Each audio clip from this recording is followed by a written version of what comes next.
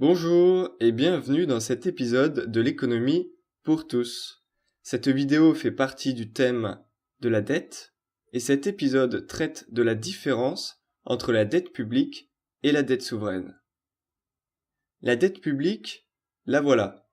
Souvenez-vous, nous l'avions déjà présentée dans l'épisode précédent. Si cet épisode ne vous dit rien, je vous invite à le visionner pour mieux comprendre l'épisode en cours. La dette publique, comme nous l'avions vu, correspond à la dette de toutes les administrations publiques. Des administrations publiques, il en existe de trois types. Il y a l'administration publique centrale, composée de l'État et des organismes divers d'administration centrale. Il y a les administrations publiques locales, composées des collectivités territoriales et des organismes divers d'administration locale. Puis, il y a les administrations publiques de sécurité sociale. Mais où est la dette souveraine dans tout cela? Eh bien, la dette souveraine, la voilà. C'est en fait la dette de l'État, et seulement la dette de l'État.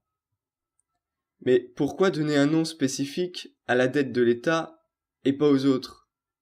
Pour le comprendre, nous allons voir ensemble deux documents, un graphique et un tableau statistique. Les deux nous mèneront aux mêmes conclusions. Les voici apparaître. Commençons par le graphique.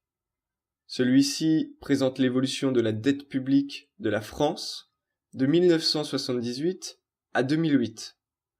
La dette publique correspond à l'ensemble des couleurs, ici représentées par la flèche violette. Les couleurs correspondent aux trois administrations que nous venons de présenter et qui sont les composantes de la dette publique. Cette seconde flèche correspond quant à elle à la dette de l'État, donc à la dette souveraine. On remarque immédiatement la dominance de celle-ci dans la dette publique. Passons désormais au tableau statistique. Celui-ci présente l'évolution de la dette publique de la France de 2008 à 2014 cette fois-ci. On retrouve ici notre dette publique, qui correspond, comme nous l'avions dit, à la dette de l'ensemble des administrations publiques. On retrouve également nos trois administrations, ainsi que les deux composantes de l'administration publique centrale. Quelle que soit l'année que nous choisissons, nous voyons que la dette de l'État domine toutes les autres dettes. Elle représente en effet plus de 70% de la dette publique. Pour terminer cet épisode, voici un gâteau qui, imaginons-le un instant, représente la dette publique.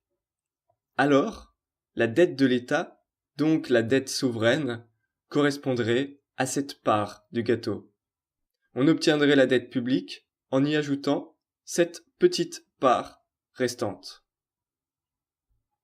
Voilà qui clôt cet épisode et notre présentation de la différence entre la dette publique et la dette souveraine. Je vous remercie pour votre attention et vous dis à très bientôt.